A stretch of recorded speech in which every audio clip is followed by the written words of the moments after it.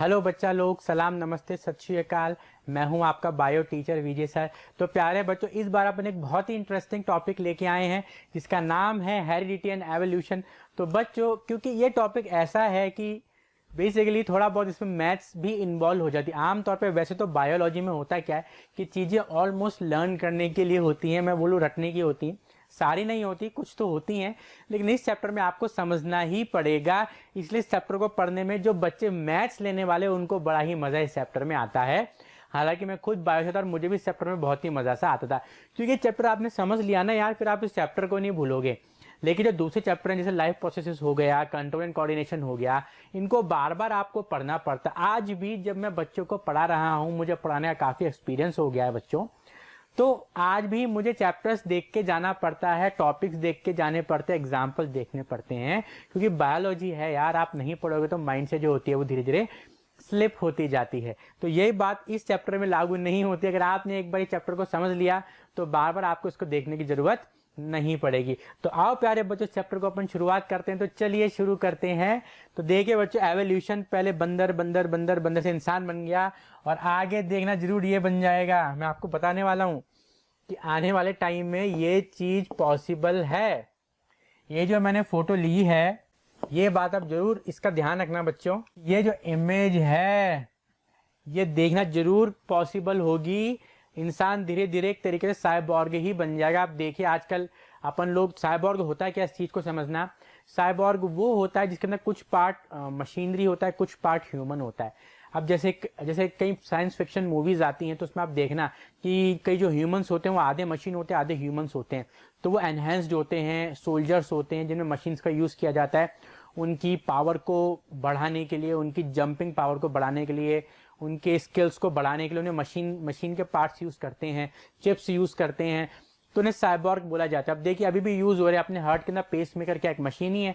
तो धीरे धीरे इस चीज का आरंभ हो गया है और कहीं ना कहीं अपन इस लेवल पे जरूर पहुंचेंगे बच्चों, अगर इस कोरोना से बच गए तो। वैसे हमारा पूरा विश्वास है कि जो मानव सभ्यता ही अपन को बचाएगी और कहीं ना कहीं हम लोग आगे जाएंगे, और देखना कहीं ना कहीं ये चीज जरूर आएगी। और मेरा पूर्ण विश्वास है कि ये फेस जरूर देखने को मिलेगा मानव प्रजाति को, कि जब अपन इतने आगे बढ़ गए हैं तो यहाँ तक पहुंचना कोई बड़ी बात नहीं है। वैसे एक मूवी है, मैं आपको बता दूं, एक मूवी है आई रोबोट। इसके अंदर जो एक एक्टर है विल स्मिथ, शायद उनका नाम विल स्मिथ ही है, तो वो उसके अंदर साइबॉर्ग बने हैं। उनकी जो आर्म है यहाँ शोल्डर से, और ये पूरी आर्म वो रोबोटिक है, तो वो बहुत जोरदार फाइट करते उस आर्म को यूज करते। पुरानी मूवी है लेकिन बहुत मजा सा आने वाला है। ऐसे नहीं लगेगा कि यार मूवी आउटडेट हो चुकी है। ग्राफिकल जो रिप्रेजेंटेशन है वो अप टू पॉइंट है, मतलब मजा सा आएगा। लगेगा थोड़ी सी पुरानी मूवी, लेकिन जो ग्राफिकल रिप्रेजेंटेशन है वो अप टू डेट है, तो मजा सा आएगा। मूवी आप देख सकते हो और आप समझ जाओगे कि जो वो होते हैं साइबॉर्ग क्या होते हैं। चलिए आगे बढ़ते हैं, काम की बात करते हैं। हेरिडिटी क्या होता है? सिंपल सी डेफिनेशन है, the transmission of characters from parents to their offspring and its study is known as heredity. The transmission of characters from parents to their offspring is called heredity. अब characters या trait क्या होता है इस चीज को समझना। कोई सी भी प्रॉपर्टी हो, आपकी लंबाई हो, आंखों का कलर हो, फेस कट हो, फीचर्स हो, हेयर कलर हो, तो ये सब आपकी जो प्रॉपर्टीज होती हैं, फिजिकल प्रॉपर्टीज होती हैं, इन सबको ट्रेट्स या फिर कैरेक्टर बोला जाता है। जैसे मदर फादर होंगे, बच्चा भी वैसा ही दिखाई देगा कुछ हद तक। देखिए जो सेक्सुअल रिप्रोडक्शन होता है प्यारे बच्चों, उसके अंदर एग्जैक्ट कॉपी नहीं बनती है, लेकिन हाँ ऐसे नहीं कि बच्चा बिल्कुल ही अलग दिखेगा। फिर मम्मी पापा तो इटालियन है, बच्चा अफ्रीकी दिख रहा है, या फिर मम्मी पापा अफ्रीकी है, बच्चा जो है वो इंडियन दिख रहा है, ऐसा नहीं होगा। बच्चा बिल्कुल आइडेंटिकल नहीं होगा, लेकिन सिमिलर जरूर वो होगा। इस बात का आपको ध्यान रखना है। तो हेरिडिटी में क्या होता है, जो भी मदर फादर के फीचर्स होते हैं, कैरेक्टर्स या ट्रेट जिनको बोला जाता है, वो अपने पेरेंट्स से बच्चों में जाते हैं। इसको और इसकी स्टडी को हेरिडिटी बोला जाता है। बहुत सिंपल टर्म है, continuity of feature from parents to their, from one generation to next. एक जनरेशन से नेक्स्ट जनरेशन में जो फीचर आगे पास ऑन हो रहे हैं उसे बोलते हैं अपन। देखो कितनी सिंपल डेफिनेशन, इसको आप लिख सकते हो और एक भी नंबर नहीं कटेगा। ठीक है, जो हेरिडिटी इंफॉर्मेशन होती है वो सेक्स सेल में होती है। मेल सेक्स सेल को स्पर्म बोलते हैं, फीमेल सेक्स सेल को ओवम यहाँ पर बोला जाता है। तो जो मेल जो हेरिडिटी इंफॉर्मेशन होती है वो सेक्स सेल के अंदर होती है, क्योंकि अपन को पता है जो सेक्सुअल रिप्रोडक्शन होता है उसके अंदर सेक्स सेल का इन्वॉल्वमेंट होता है। मेल से आता है स्पर्म, फीमेल से आता है ओवम। और जब दोनों का बेसिकली दोनों का जब फ्यूजन होता है, जैसे फर्टिलाइजेशन बोलते हैं, उसमें दोनों का न्यूक्लियस मिक्स हो जाता है। न्यूक्लियस में क्या होता है, क्रोमोसोम होते हैं और वहीं पर उनकी जेनेटिक इंफॉर्मेशन स्टोर होती है। तो इस तरह जो सेक्स सेल होते हैं वही कैरेक्टर्स को, ट्रेड्स को लेके आगे जाते हैं। सो जो गैमीट्स होते हैं या फिर सेक्स सेल होते हैं, क्या करते हैं, लिंक बनाते हैं पेरेंट्स और इनके ऑफस्प्रिंग के बीच में। और यही जो कैरेक्टर्स हैं या प्रॉपर्टीज है, ये गैमीट्स ही आगे लेके जाते हैं। ध्यान से सुनना है, गैमीट्स यानी सेक्स सेल।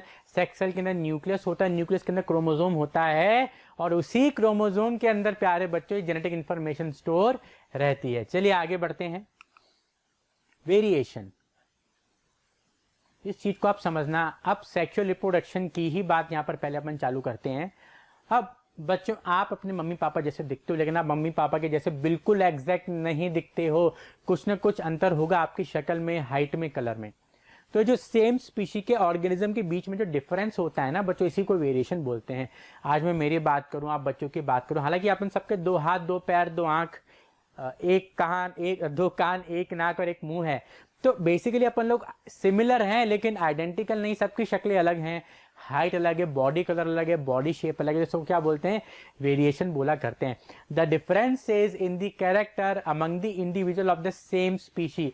सेम स्पीशी के ही होने चाहिए, ऐसे नहीं अब हाथी को घोड़े से कंपेयर कर दो, ये चीज नहीं होगी। तो जो सेम स्पीशी के ऑर्गेनिज्म में जो डिफरेंसेस होते हैं उन्हें अपन वेरिएशन बोलते हैं। और वेरिएशन नेसेसरी है ऑर्गेनिक एवोल्यूशन के लिए। आगे पढ़ेंगे एवोल्यूशन क्या होता है, फिर मैं आपको समझा दूं।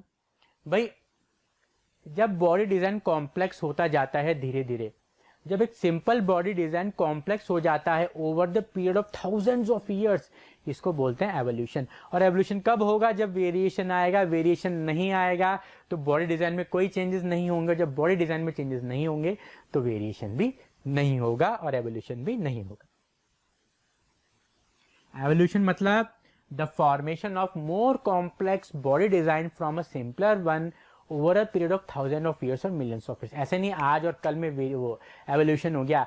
आज मैं सोचा मेरे पंख निकल आए और कल जो है मेरे पंख निकल गए और मैं उड़ रहा हूँ। मैं सोच रहा हूँ कि मैं तो एक्समैन का जो है वो लोगन बन जाऊँ और मेरे ऐसे हाथों में जो है वो लोगन के जैसे वो निकल आए ब्लेड्स। तो ऐसा नहीं होगा, इसको होने में मिलियंस ऑफ ईयर्स लगते हैं। Evolution does not happen overnight, it takes thousands of years. And variation नहीं होगी तो फिर आप भूल जाओ, एवोल्यूशन भी होगा। अब यहाँ पर बच्चों एक चीज मैं आपको बताऊं, जो वेरिएशन सेक्सुअल रिप्रोडक्शन में तो आता है, अंडरस्टूड सी बात है, लेकिन एसेक्सुअल रिप्रोडक्शन में भी वेरिएशन देखने को मिलता है। अब एसेक्सुअल रिप्रोडक्शन में कैसे वेरिएशन रहा है, due to DNA copying error. लिख लो यहाँ पे, शायद अपन ने चैप्टर रिप्रोडक्शन में भी समझा था। Due to DNA copying error, DNA copying error की वजह से बच्चों क्या होता है, वेरिएशन ओकेजनल, कभी हमेशा नहीं होता, ओकेजनल। आमतौर पे एसेक्सुअल रिप्रोडक्शन में वेरिएशन नहीं आती है, लेकिन sometimes due to DNA copying error occasional variation यहां पर अराइज हो जाती हैं। तो हाँ, वेरिएशन सेक्सुअल रिप्रोडक्शन के साथ साथ एसेक्सुअल रिप्रोडक्शन में भी देखने को मिलती है, लेकिन एसेक्सुअल रिप्रोडक्शन में सिर्फ ओकेजनल होती है, यानी कभी कभी होती है due to DNA copying error. अब ये नोट क्या कहना चाह रहे हैं, इस नोट को जरा देखते हैं। A recognisable feature of human being like height, complexion, shape of hair, colour of eyes called characters. हाँ, अच्छी चीज है ये बच्चों।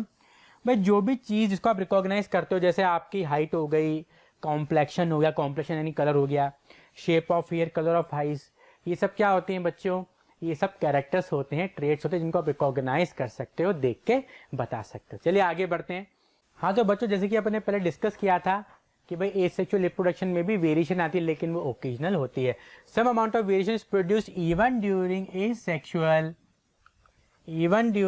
Asexual reproduction due to DNA copying error. क्यों होती है बच्चों, डीएनए कॉपिंग एरर की वजह से होती है। तो देखो वेरिएशन दोनों में ही आती है, सेक्सुअल में भी आती है, एसेक्सुअल में भी आती है। बट जो सेक्सुअल रिप्रोडक्शन होता है उसमें खूब सारी वेरिएशन आती हैं। The number of variation is very large. Sexual reproduction में जो वेरिएशन आती है वो ज़्यादा आती है, लेकिन एसेक्सुअल रिप्रोडक्शन में कुछ ही होती है, और वो भी mainly due to DNA copying error. देखिए सब कुछ डीएनए होता है। अभी आगे देखो एक डायग्राम में मैं आपको बताऊंगा। देखिए आपकी जो गैमीट्स होते हैं जिन्हें सेक्स सेल बोलते हैं, जैसे स्पर्म और ओवम हो गया, उसके अंदर न्यूक्लियस होता है, न्यूक्लियस में क्रोमोसोम होता है, क्रोमोसोम ऐसा मानो कि डीएनए का बना हुआ होता है, और उसी डीएनए में इंफॉर्मेशन स्टोर रहती है। तो जब डीएनए में इंफॉर्मेशन स्टोर है, डीएनए की कॉपी बनने में ही एरर आ रही, यानी इंफॉर्मेशन में एरर आ गई। जब इंफॉर्मेशन में एरर आ गई बच्चों, तो डिफरेंसेस वेरिएशन आएंगे ही आएंगे।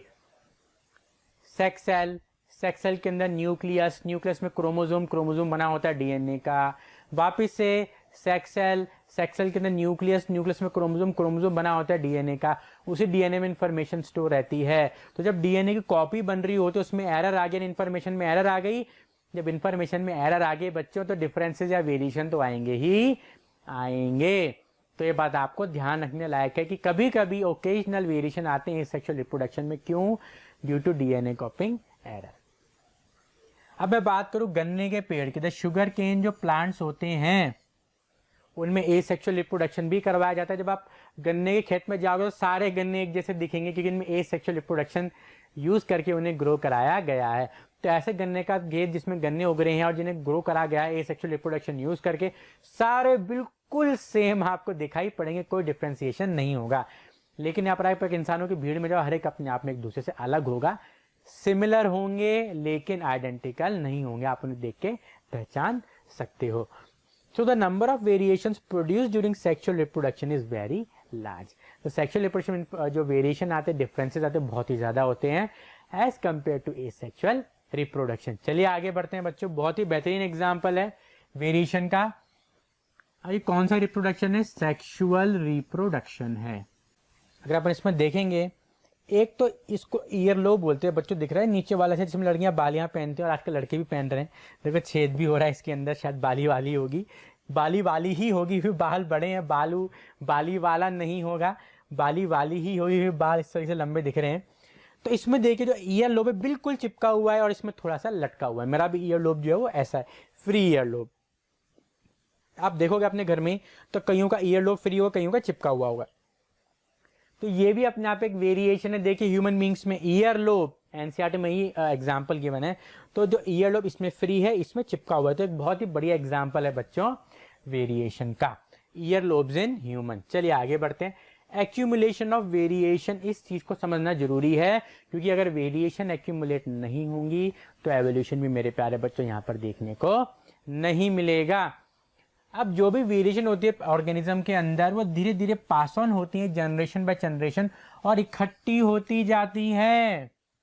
भाई जो भी वेरिएशन हुआ वो आगे पास ऑन होगा और धीरे जनरेशन बाय जनरेशन इकट्ठा भी होता जाएगा। उसका इकट्ठा होना जरूरी है। अगर वो पास ऑन नहीं हो सकती तो वो इकट्ठी भी नहीं होगी और वेरिएशन यहाँ पर नहीं आएंगे, नई स्पीशीज यहाँ पर फॉर्म नहीं होगी। तो बच्चों जैसे कि अपन डिस्कस कर रहे थे, भाई जब तक वो एक्यूमुलेट नहीं होगी या पास ऑन नहीं होगी वेरिएशन, तब तक उसको सर्वाइवल एडवांटेज नहीं मिलेगा। तो बहुत से एग्जांपल इसमें है बैक्टीरिया और हीट टॉलरेंस का। इस चीज को आपको समझना पड़ेगा बच्चों, है ना। अपन एक एग्जांपल लेके चलते हैं। बैक्टीरिया है, वो हीट टॉलरेट नहीं कर सकता, बहुत मॉडरेट हीट टॉलरेट कर सकता है, मतलब गर्मी ज्यादा बर्दाश्त नहीं कर सकता।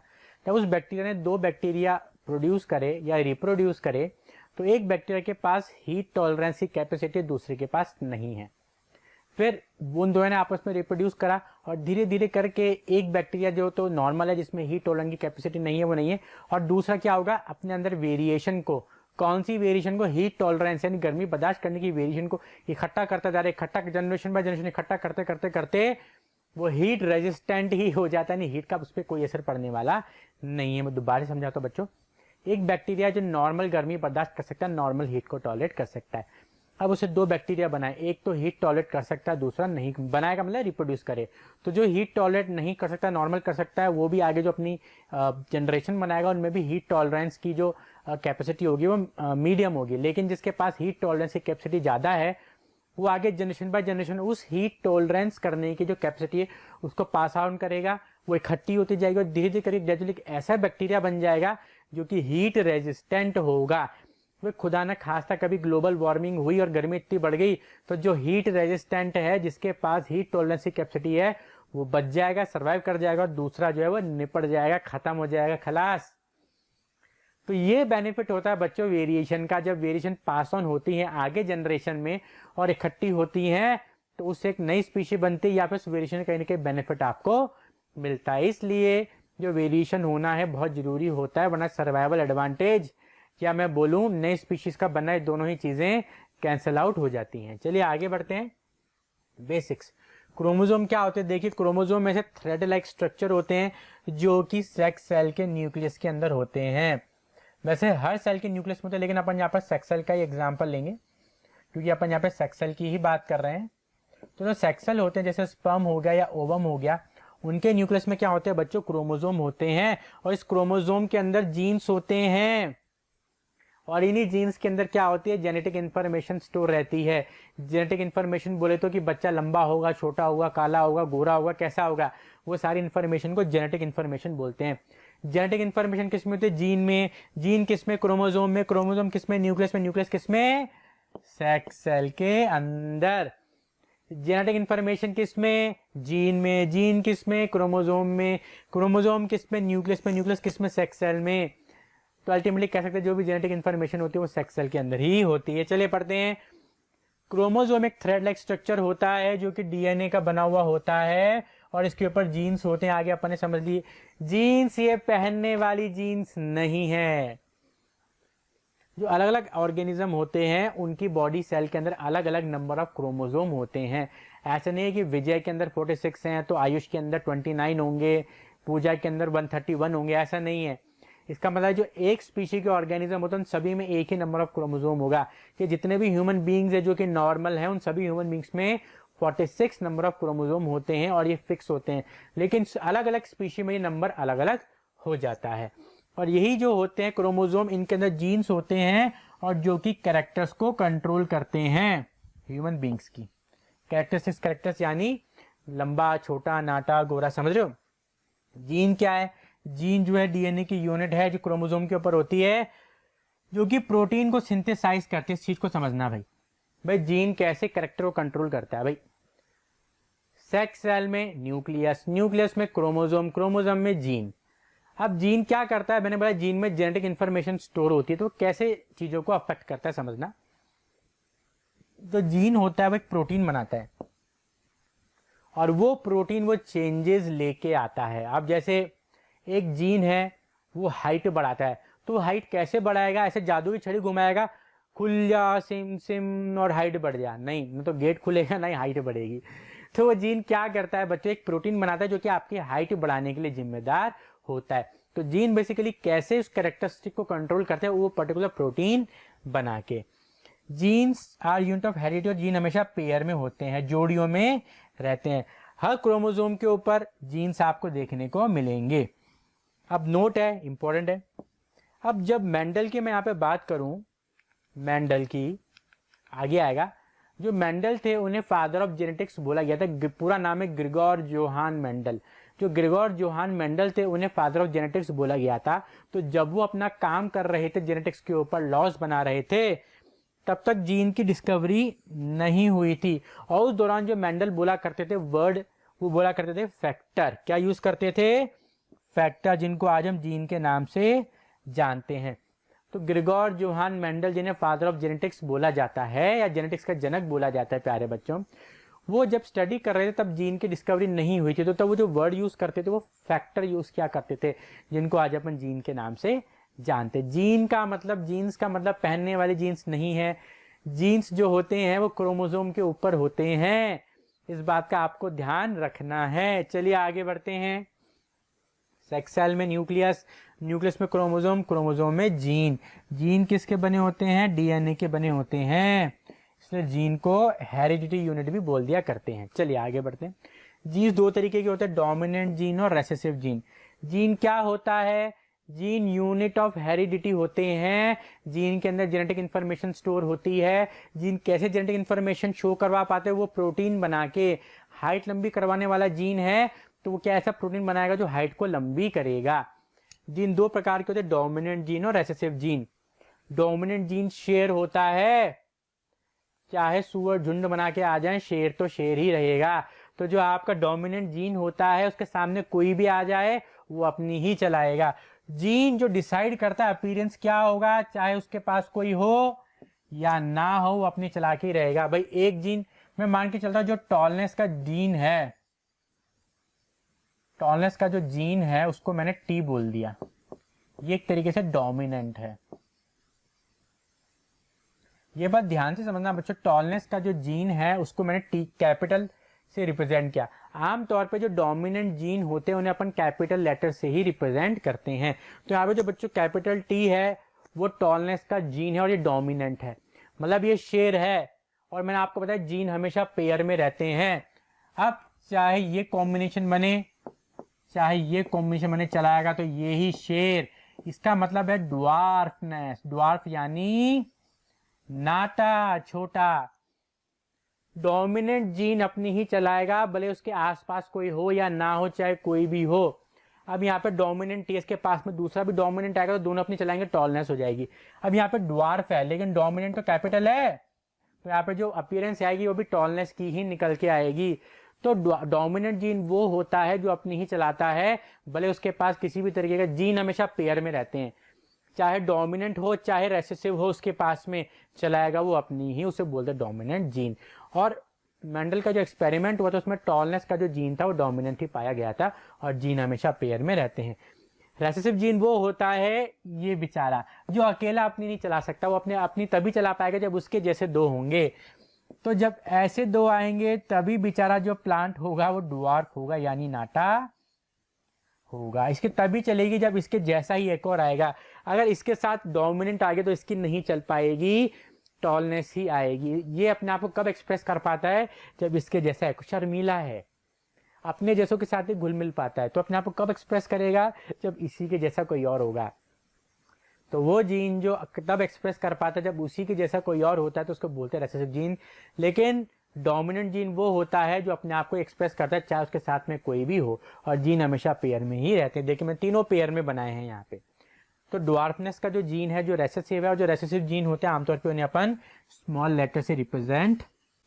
तो the dominant gene is represented by a capital letter and the recessive gene is represented by the corresponding small letter. जैसे टी यहाँ पे रिप्रेजेंट कर रहा है टॉल, और जो स्मॉल टी वो रिप्रेजेंट कर रहा है ड्वार्फनेस को। मेरे ख्याल से आप जो मेरा संदेश है उसको समझ गए होंगे। अगर ये बात समझ में नहीं आई तो बच्चों बहुत दिक्कत हो जाएगी, इस वीडियो को वापस से रिवाइंड करके देखना, तब तो आपको समझ में नहीं आया डोमिनेंट और रेसेसिव क्या होता है। नहीं आ रहा, डोमिनेंट शेर होता है उसकी चलेगी, रेसेसिव क्या है, भीगी बिल्ली है। जब उसकी जैसे दूसरी को और शर्मीली बिल्ली आएगी तभी अपने आप को एक्सप्रेस कर पाएगा। Difference between phenotype and genotype. तो जिन बच्चों ने चैप्टर की थोड़ी बहुत नॉलेज है उनको डायग्राम देख के समझ में आएगा कि विजय सर क्या बोलने वाले हैं। तो फिनोटाइप, जीनोटाइप का मतलब होता है उसका जेनेटिक मेकअप क्या है, जीन्स किस तरीके से वहां पर अरेंज्ड हैं। The description of genes present in an organism. Genotype को हमेशा अपन लेटर्स के तौर पे रिप्रेजेंट करते हैं, जैसे टीटी, टीटीडी। क्या जीनोटाइप यानी जीन्स किस प्रकार के हैं, इसमें दो डोमिनेंट हैं, दोनों रेसेसिव हैं, एक डोमिनेंट एक रेसेसिव है, तो ये हो गया जीनोटाइप। आ रही बात समझे। फिनोटाइप में दिखता कैसा है, इसका फिनोटाइप क्या हो जाएगा, टॉल, इसका फिनोटाइप ड्वार्फ, इसका फिनोटाइप टॉल। तो जो चीज दिखती है उसको बोलते हैं फिनोटाइप, जबकि अंदर जो मसाला है उसको बोलते हैं जीनोटाइप। मसाला क्या है, कैपिटल टी, कैपिटल टी। मैंने पता जो कैपिटल लेटर होते हैं वो डोमिनेंट होते हैं, तो दोनों ही कैपिटल है, दोनों डोमिनेंट है, टॉलनेस। इसमें दोनों ही शर्मीले साथ में आ गए, जब दोनों शर्मीले साथ में आएंगे तो एक्सप्रेस करेंगे ड्वार्फ यानी नाटा। ड्वार्फ का मतलब नाटा, छोटा। यहाँ पे कैपिटल टी स्मॉल टी, मैंने कहा था कि जो कैपिटल टी जहां पर आ जाता है ना वो अपनी ही चला के मानता है, तो यहाँ पर टॉल ही होगा, भले इसके साथ में आपका रेसेसिव आए या ना आए। तो जो भी जेनेटिक अंदर रिप्रेजेंटेशन होती है उसको बोलते हैं अपन जीनोटाइप, और जो अपन को फिजिकली दिख रहा है उसको बोलते हैं फिनोटाइप। क्लियर है बच्चों, आगे बढ़ते हैं। Allele, alternate form of gene is known as allele. Gene के तरह तरह, जीन के डिफरेंट टाइप्स को बोलते हैं अलील। अब एक हाइट का जीन है, समझिए, अब एक हाइट का जीन है। अब हाइट टॉल भी हो सकती है और ड्वार्फ भी हो सकती है। अब आपको पता है टॉलनेस क्या है, डोमिनेंट है तो कैपिटल लेटर, ड्वार्फनेस क्या, रेसेसिव है तो स्मॉल लेटर। अब देखिए जो टॉलनेस है ये भी हाइट को रिप्रेजेंट करे, ड्वार्फनेस जो है वो भी हाइट को रिप्रेजेंट कर रही है। तो हाइट के ही दो विभिन्न रूप हैं, एक टॉलनेस का, एक शॉर्टनेस का। तो ये होते हैं alleles. The alternate form of gene are known as allele, जैसे T and T. F1 generation, F1 से फॉर्मूला 1 रेस की बात आती है, मर्सिडीज, ठीक है, हमेशा आमतौर पे मर्सिडीज ही जीतती है।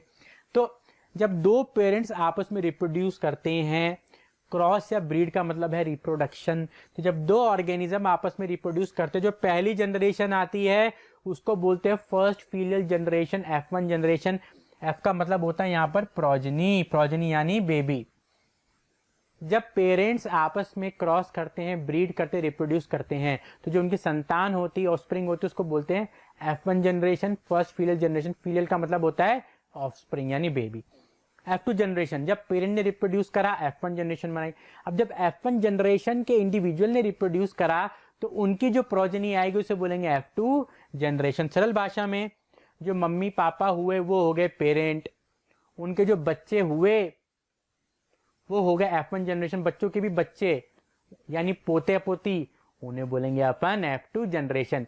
Mummy papa parents, mummy papa के बच्चे हो गए F1 जनरेशन, और बच्चों के बच्चे यानी पोता पोती वो हो गए F2 जनरेशन। बहुत सरल भाषा में। अब आगे बढ़ते हैं।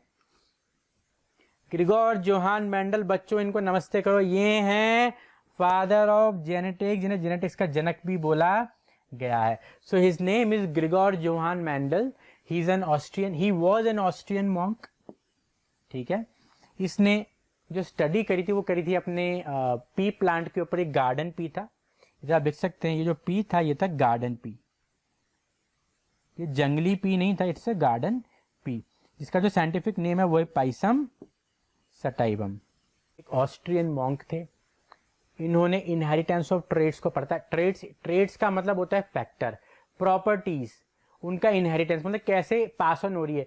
भाई जब दोनों पेरेंट्स लंबे हैं तो बच्चा भी लंबा होगा, तो लंबाई का जो ट्रेट है वो कैसे पास ऑन हो रहा है।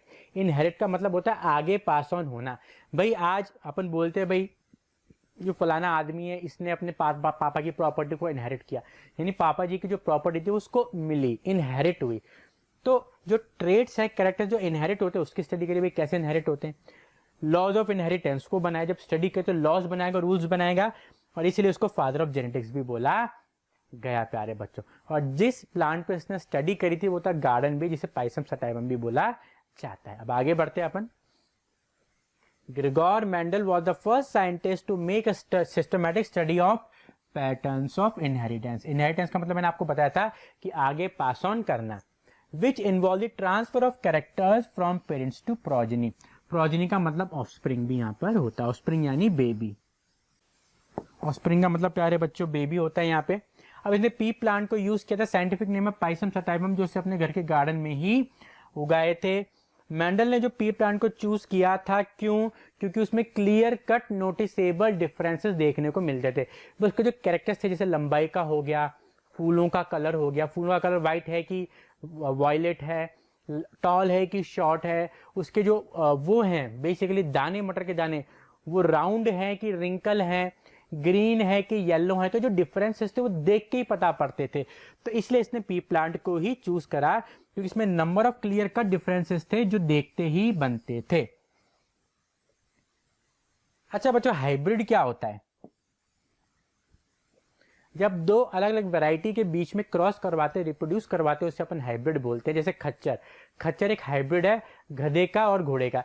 जब गधे और घोड़े के बीच में अपन आर्टिफिशियल वे में रिप्रोडक्शन करवाते हैं, वैसे गधे और घोड़े आपस में रिप्रोडक्शन नहीं करते, इसमें ह्यूमन बींग्स का इन्वॉल्वमेंट होता है, कुछ आर्टिफिशियल मेथड्स इन्वॉल्व होते हैं। तो जो अलग अलग वैरायटी के बीच में रिप्रोड्यूस कराने के बाद जो अपन को मिलता है उसे हाइब्रिड बोलते हैं। तो हाइब्रिड्स एनिमल में भी देखने को मिलते हैं और प्लांट्स में भी देखने को मिलते हैं। हाइब्रिड्स क्यों बनाए जाते हैं? ताकि अपना जो पर्सनल बेनिफिट हो या अपनी जो डिजायर हो वो पूरी हो सके। अब खच्चर जिसे अपन म्यूल बोलते हैं वो भी एक हाइब्रिड है, ये मैं एनिमल की बात कर रहा हूं।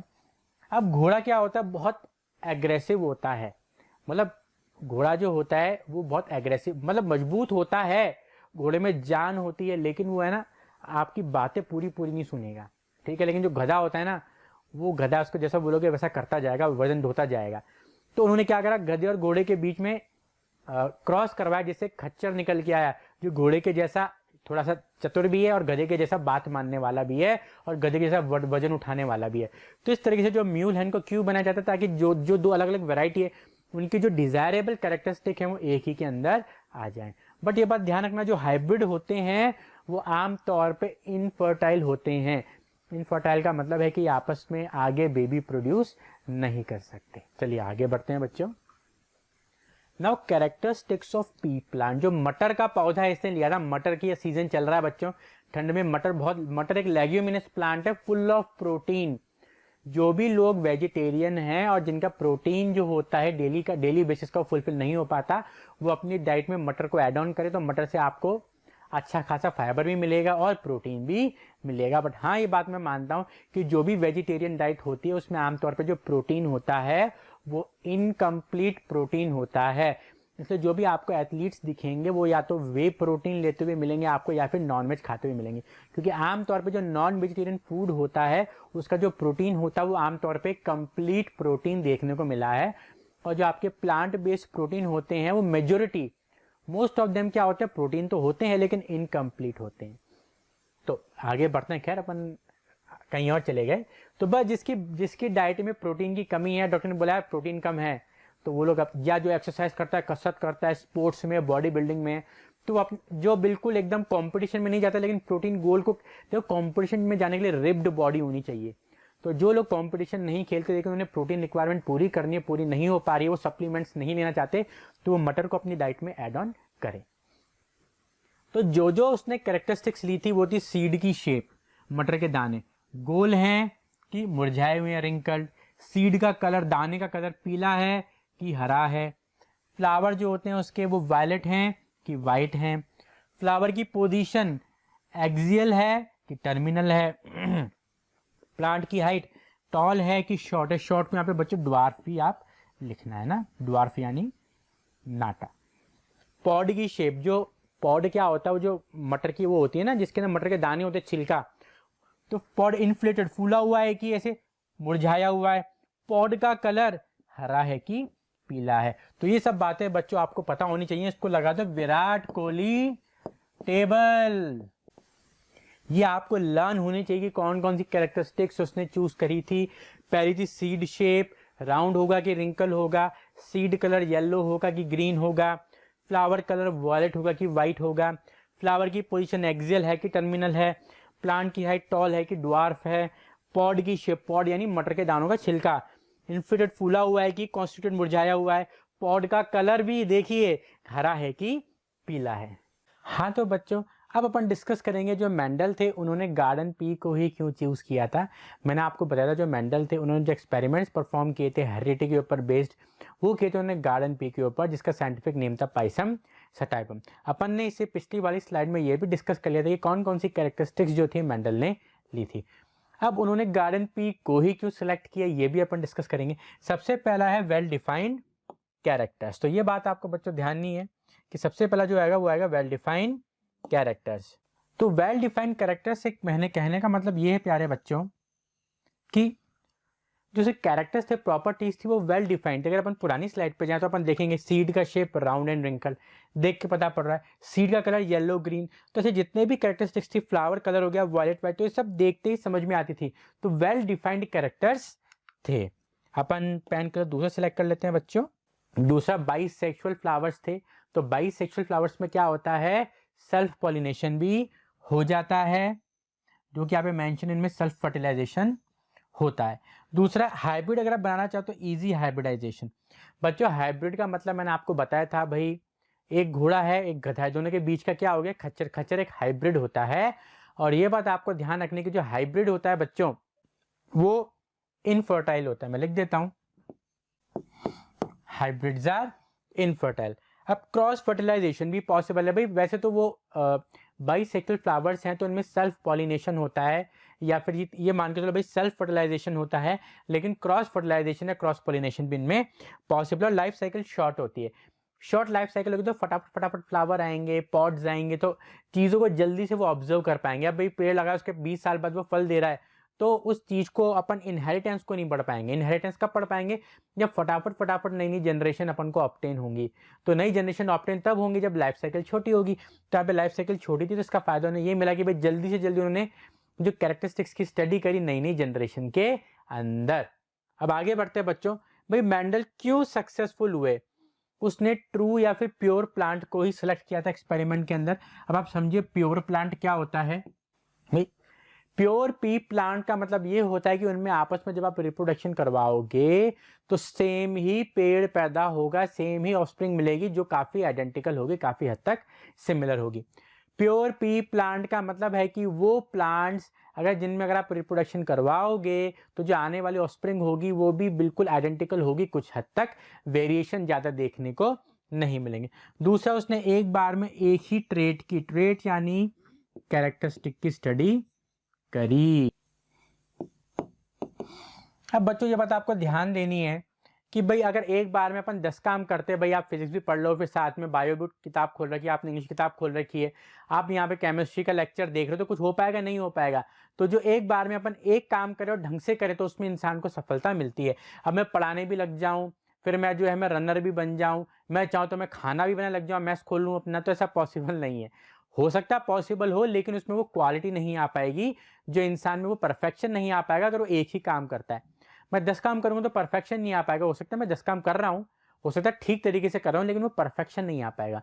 अगर परफेक्शन चाहिए एक्स्ट्रा ऑर्डिनरी तो आपको एक ही काम करो और अच्छे से करो। तो यही चीज मेंडल ने करी, उसने एक बार में एक ही कैरेक्टरिस्टिक की स्टडी करी। उसने जो भी डेटा मेंशन किया उसका एक्यूरेट रिकॉर्ड बनाकर रखा। अब आप पढ़ाई करते हो लेकिन आपने कोई नोट्स नहीं बना रखे हैं, आपने इंपॉर्टेंट टॉपिक्स नहीं लिखे हुए तो दिक्कत आएगी। इसने वो चीज़ नहीं की, उसने जो भी एक्सपेरिमेंट करे, जो भी इसने अपने जो है चीज़ों को कैरी आउट करा, उन सबका प्रॉपर मैथमेटिकल रिकॉर्ड रखा, ताकि कभी उनको देखना हो तो वो वापस से रिविजिट कर पाए, चीज़ों को आपस में जोड़ पाए।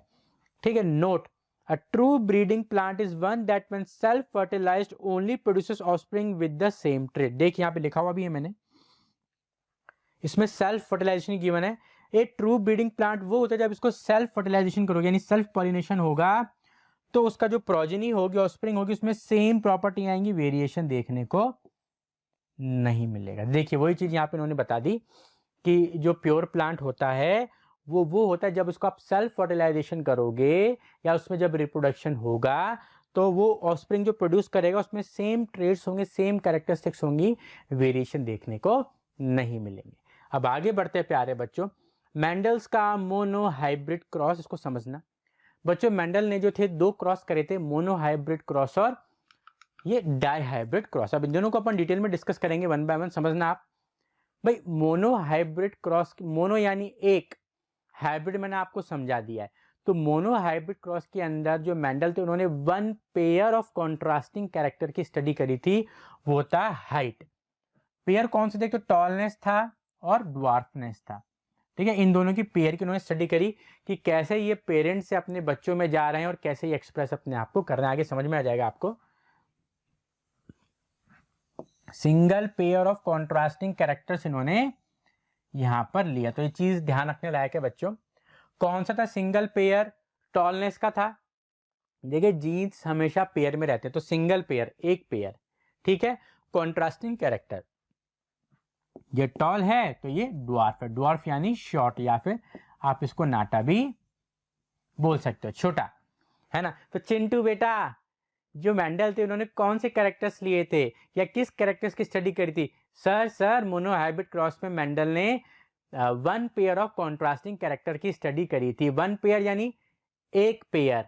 कॉन्ट्रास्टिंग कैरेक्टर कौन से थे? हाइट के थे, एक टॉल होगा और ड्वार्फ होगा। तो एक पेयर में 2 थे, या तो फिर टॉल होगा या फिर ड्वार्फ होगा। तो इस तरीके से इसने क्या करा? 1 पेयर ऑफ कॉन्ट्रास्टिंग कैरेक्टर की स्टडी करी। अब इसने 1064 पी प्लांट्स लिए, ठीक है, और उसने पाया कि उसमें 787 टॉल प्लांट्स थे और 277 ड्वार्फ प्लांट थे।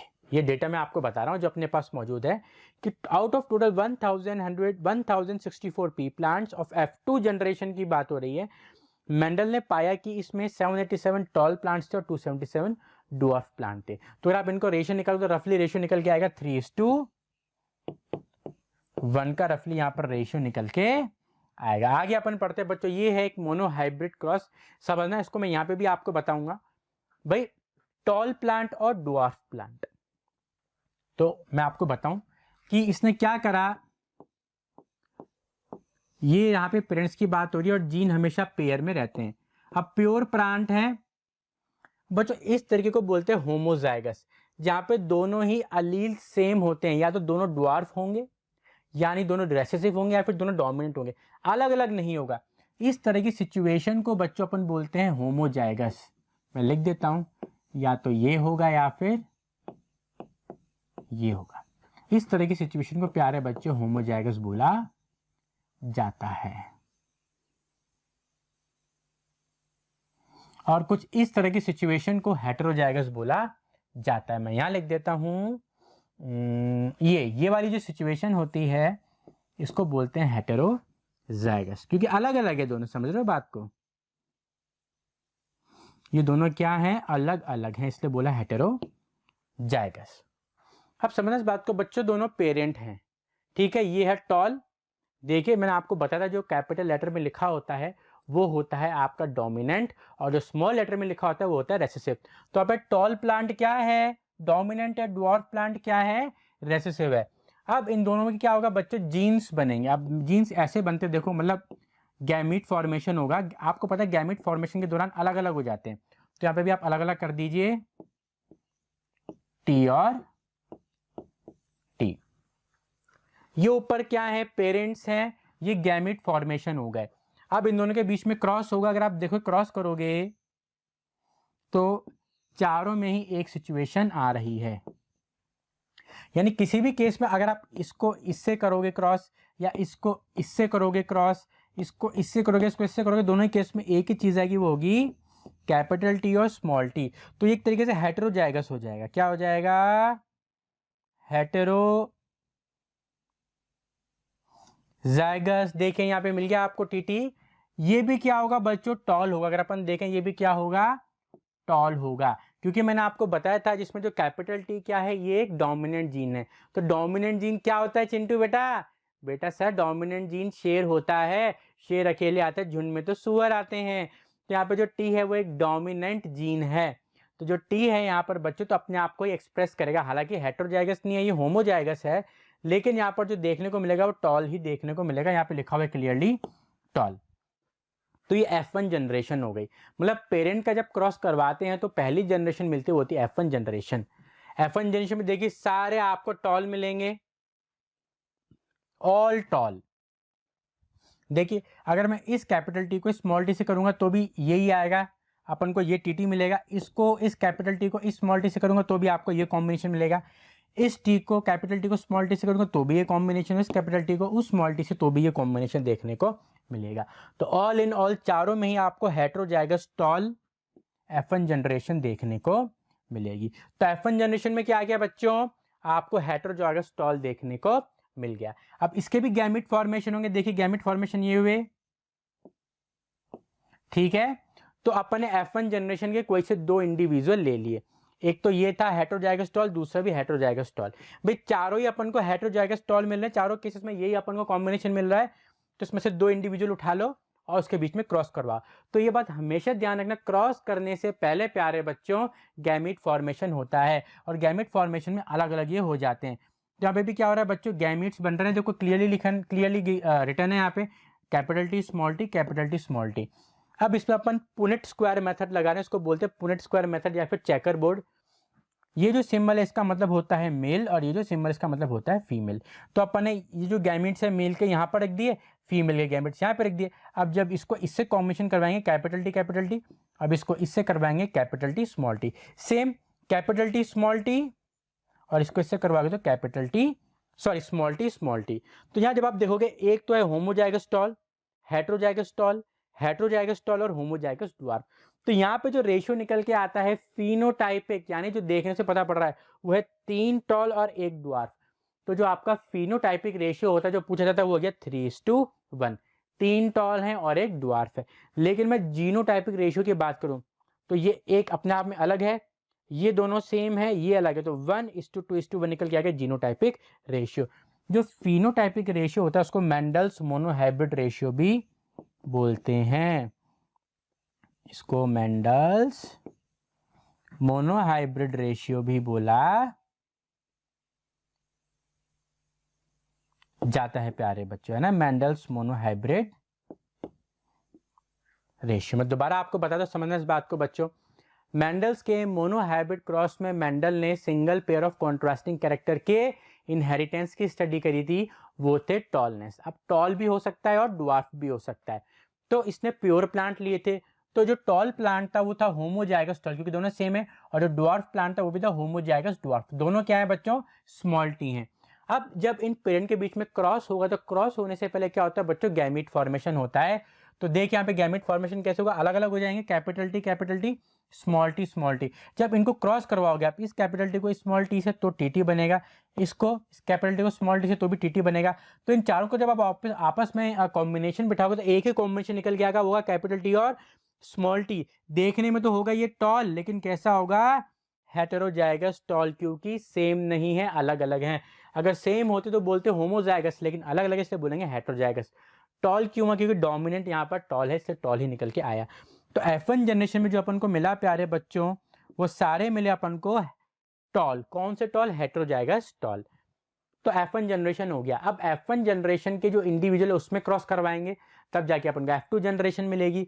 तो वही क्रॉस करवाने से पहले गैमिट फॉर्मेशन में क्या होता है, अलग अलग हो जाते हैं, कि capital T small T capital T small T. अब क्रॉस करवाओ, अब जब कॉम्बिनेशन बढ़ जाते हैं तो अपन ये पुनेट स्क्वायर मेथड या फिर चेकर बोर्ड यूज करते हैं।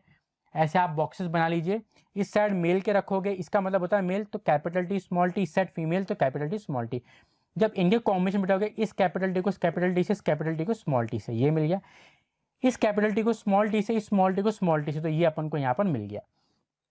तो देखोगे ये capital T tall, capital T small T tall, capital T small T tall, और दो स्मॉल टी तो ड्वार्फ। तो देखने से 3 टॉल और 1 शॉर्ट है, तो फिनोटाइपिक रेशियो आएगा 3:1। मैंने आपको बता रखा है फिनोटाइप का मतलब होता है फिजिकल अपीयरेंस यहाँ पर। लेकिन जीनोटाइपिक रेशियो की बात करो, ये अपने आप में अलग है, ठीक है, ये दोनों सेम है यानी 2, और ये अपने आप में अलग, तो 1:2:1। तो इस तरीके से प्यारे बच्चों जीनोटाइपिक रेशियो आपका निकल के आ जाएगा।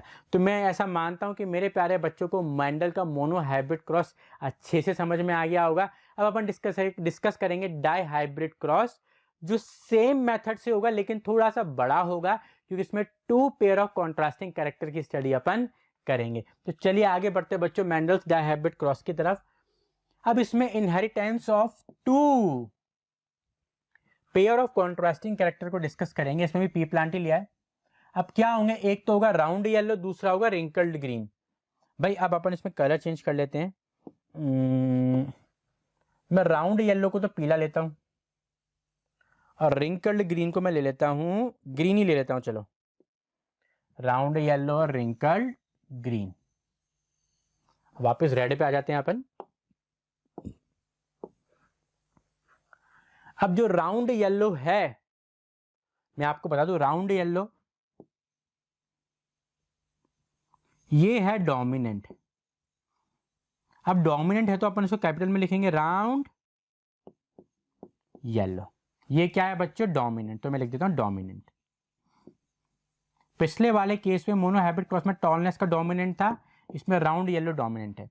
अब जो रिंकल्ड ग्रीन है वो क्या हो जाएगा, रेसेसिव हो जाएगा।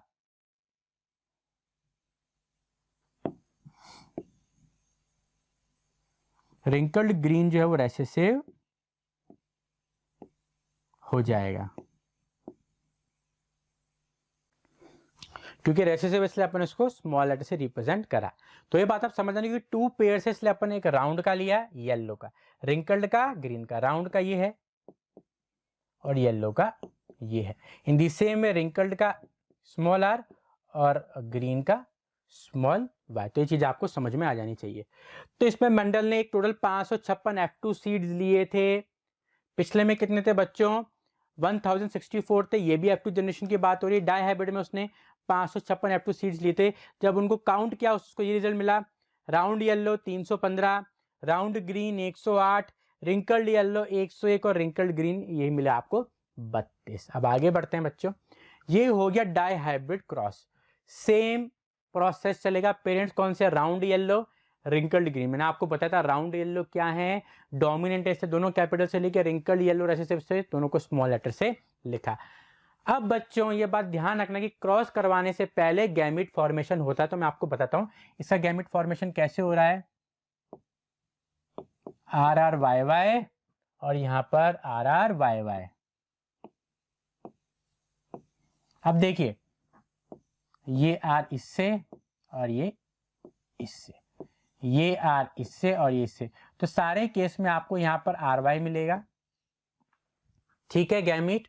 और इस केस में इसको चाहे इससे या फिर ये वाला कॉम्बिनेशन, ये वाला या फिर ये वाला कॉम्बिनेशन, तो दोनों ही केस के अंदर आपको ये वाला जो है बच्चों गैमिट मिल जाएगा। तो ये पेरेंट था, ये क्या था? ये था पेरेंट, नीचे क्या हो गया? गैमिट। हमेशा क्रॉस करवाने से पहले गैमिट फॉर्मेशन होता है। आप गैमिट का क्रॉस करवाएंगे तो आपको मिलेगा RRYY। ये हो गई आपकी F1 जनरेशन, ठीक है। R कैपिटल है, Y कैपिटल, राउंड येलो ही मिलेगा, लेकिन ये कैसा होगा? हेटेरोजाइगस, क्योंकि अलग अलग है।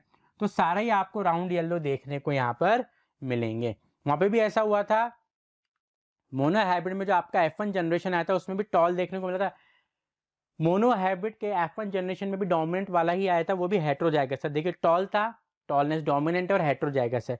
सेम यहाँ पे भी ये हुआ डाई हाइब्रिड में कि आपको राउंड येलो देखने को मिला, और क्योंकि राउंड येलो डोमिनेंट था और वो क्या हेटेरोजाइगस देखने को मिला। ये F1 जनरेशन हो गई। अब F1 जनरेशन के दो इंडिविजुअल में अपन क्रॉस करवाएंगे। क्रॉस करवाने से पहले क्या होगा? गैमिट फॉर्मेशन होगा। अब देखिए गैमिट फॉर्मेशन या तो इसका इससे करवाओ, इसका इससे करवाओ, या इसका इससे, स्मॉल r स्मॉल y। तो अपन को ये कॉम्बिनेशन मिलेंगे 4, कैपिटल R कैपिटल Y, ठीक है, then capital R small y, then small r capital Y, small r and small y। तो ये 4 अपन को कॉम्बिनेशन मिले। तो ठीक है, तो वही सेम बात यहाँ पे फीमेल, यहाँ पर मेल। तो देखिए capital R capital Y, capital R capital Y, capital R small y, capital R small y, ठीक है, capital Y small r, capital Y small r, और दोनों स्मॉल दोनों स्मॉल। तो सेम यहाँ पे होंगे, सेम यहाँ पर होंगे। चेकर बोर्ड में एक फीमेल होगा एक मेल होगा, कॉम्बिनेशन सेम ही आएंगे। अब इनके बीच में आप क्रॉस करवाएंगे, जब आप इनके बीच में से क्रॉस करवाएंगे तो ये पूरा कॉम्बिनेशन आपको देखने को मिलेगा। भाई ये गैमेट इससे ये, फिर इससे ये, फिर इससे ये, फिर इससे, जब पूरे कॉम्बिनेशन को करोगे तो आपको ये जो रिजल्ट है ऑब्टेन होगा। इस पे 9 मिलेंगे आपको येलो राउंड, 3 मिलेंगे ग्रीन राउंड, 3 मिलेंगे येलो रिंकल्ड और 1 मिलेगा ग्रीन रिंकल्ड। तो 9:3:3:1 मिलेगा फिनोटाइपिक रेशियो। तो फिनोटाइपिक रेशियो जो यहाँ पर निकल कर आएगा,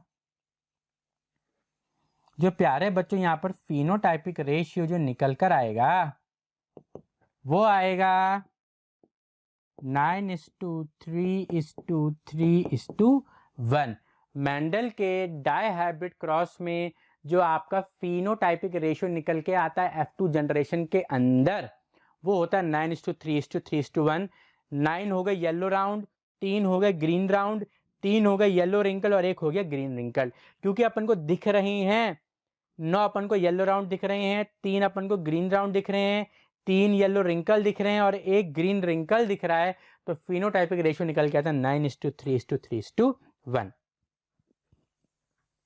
वैसे पूछा नहीं जाता है, अगर कोई पूछे कि इसका जीनोटाइपिक रेशियो क्या होगा तो आप उसको बता देना। इसका जीनोटाइपिक रेशियो होता है 1:2:1:2:4:2:1:1। ये इसका होता है जीनोटाइपिक रेशियो। तो मैं लिख देता हूँ GR यानी genotypic ratio.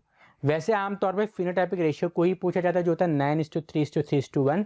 But in case पूछ ले कोई और तो लिख देना 1:2:1, 2:4:2, 1:2:1। ठीक है बच्चों, मैं एक और बार आपको बताता हूँ, बिल्कुल सेम तरीका है। भाई पेरेंट 2 हैं क्योंकि 2 पेयर ऑफ कॉन्ट्रास्टिंग कैरेक्टर की यहाँ पर इनहेरिटेंस की बात हो रही है। तो round yellow wrinkled green, round yellow में कैपिटल है तो यानी डोमिनेंट है और ये रेसेसिव है।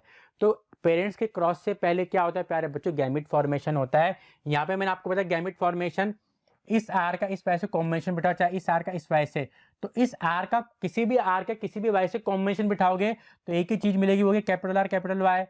यहाँ पर स्मॉल आर और स्मॉल वाई में किसी भी स्मॉल आर का किसी भी स्मॉल वाई से कॉम्बिनेशन बिठाओगे तो एक ही रिजल्ट मिलेगा, स्मॉल आर स्मॉल वाई। तो ये आपको क्या मिल गए बच्चों, 2 गैमीट मिल गए। और जो F1 जनरेशन मिलके आएगा इनके क्रॉस होने के बाद वो आएगा capital R capital Y small Y, यानी राउंड येलो, क्योंकि यहाँ पे कैपिटल आर राउंड डिनोट करता है और कैपिटल वाई येलो डिनोट करता है। तो राउंड येलो यहाँ पे देखिए, डोमिनेंट भी राउंड येलो था, F1 जनरेशन में भी राउंड येलो है, लेकिन हेटेरोजाइगस आया। अगर अपन मेंडल के मोनो हैबिट में बात करें तो भी टॉल आया था, टॉल डोमिनेंट था, यहाँ पे भी टॉल आया डोमिनेंट, लेकिन हेटेरोजाइगस है, वहां पर होमोजाइगस था। तो देखिए पैटर्न सेम सा ही देखने को अपन को मिल रहा है यहाँ पे। अब ये एक इंडिविजुअल F1 जनरेशन का एक इंडिविजुअल है, ऐसे खूब सारे बनेंगे, लिखा अपन ने एक ही है, ऐसे बनेंगे खूब सारे, लिखा एक ही है समझाने के लिए। तो ऐसा आप 2 लोगे, एक तो ये लोगे और एक और यहाँ पे लोगे, 2 लोगे आप। ये जो केस है ये एक इंडिविजुअल F1 जनरेशन, ऐसे 2 लेंगे अपन क्रॉस करवाने के लिए। लेकिन चलो मैं लिख देता हूँ यहाँ पे, कंफ्यूजन ना हो आपको, एक ये आया एक ये रहा, capital R small R capital Y small Y. आप ये मत सोचना कि सर ने एक ही के बीच में कैसे क्रॉस करवाया, ये एक इंडिविजुअल ऐसे आपको बहुत सारे मिलेंगे। तो ये 2 ले लिया अपन ने, देखिए सेम सेम है दोनों। इसमें क्या हुआ, कॉम्बिनेशन बटेगा, capital R capital R small R capital Y small Y. ठीक है, ये 4 कॉम्बिनेशन। इस वाले F1 जनरेशन में भी यही चारों कॉम्बिनेशन आएंगे क्योंकि सेम है। तो मेल वाले को यहाँ पर रख दिया और फीमेल वाले को यहाँ पर रख दिया। फिर वही चेकर बोर्ड मेथड, इसको इससे फ्यूज, इसको इससे। तो जब ऐसे कॉम्बिनेशन बिठाओगे तो आपको पूरी टेबल मिल जाएगी। और जब आप इसका फिनोटाइप देखोगे, 9 yellow round, 3 green round, 3 yellow wrinkled और 1 ग्रीन रिंकल्ड आपको देखने को मिलेगा। ये देखने की बात हो रही है यहाँ पे ऊपरी तौर पे। तो फिनोटाइपिक रेशियो निकल जाएगा 9:3:3:1। वैसे जीनोटाइपिक रेशियो नहीं पूछा जाता है, कभी गलती से किसी ने पूछ लिया तो बोले ना 1:2:1, 2:4:2, 1:2:2:1। तो मेरे प्यारे बच्चों, मैं ये आशा करता हूँ कि आज का जो टॉपिक है वो आपका प्रॉपर क्लियर हुआ होगा। ये बात ध्यान से सुनना है कि जो मोनो हाइब्रिड और डाइहाइब्रिड क्रॉस हैं, इसके ऊपर बेस्ड कई बार क्वेश्चन पूछ लिए जाते हैं इस टॉपिक में से। तो इन दोनों को छोड़ के गलती से भी मत जाना। इस चैप्टर के अंदर मैंने आपको अच्छे से पढ़ाया है और एक को 2 बार पढ़ाया है। तो मैं आशा करता हूँ कि आज का जो टॉपिक होगा बच्चों वो आपका काफी क्लियर हो गया होगा। तो आज का वीडियो मेरे प्यारे बच्चों अगर आपको बहुत ही अच्छा लगा और समझ में आया तो इस वीडियो को लाइक कीजिए, हमारे चैनल को सब्सक्राइब कीजिए और आने वाले वीडियोस मिस ना हो इसके लिए हमारे बेल आइकन को भी आप दबा दीजिए। आज के लेक्चर में बस इतना ही। Thank you and bye bye.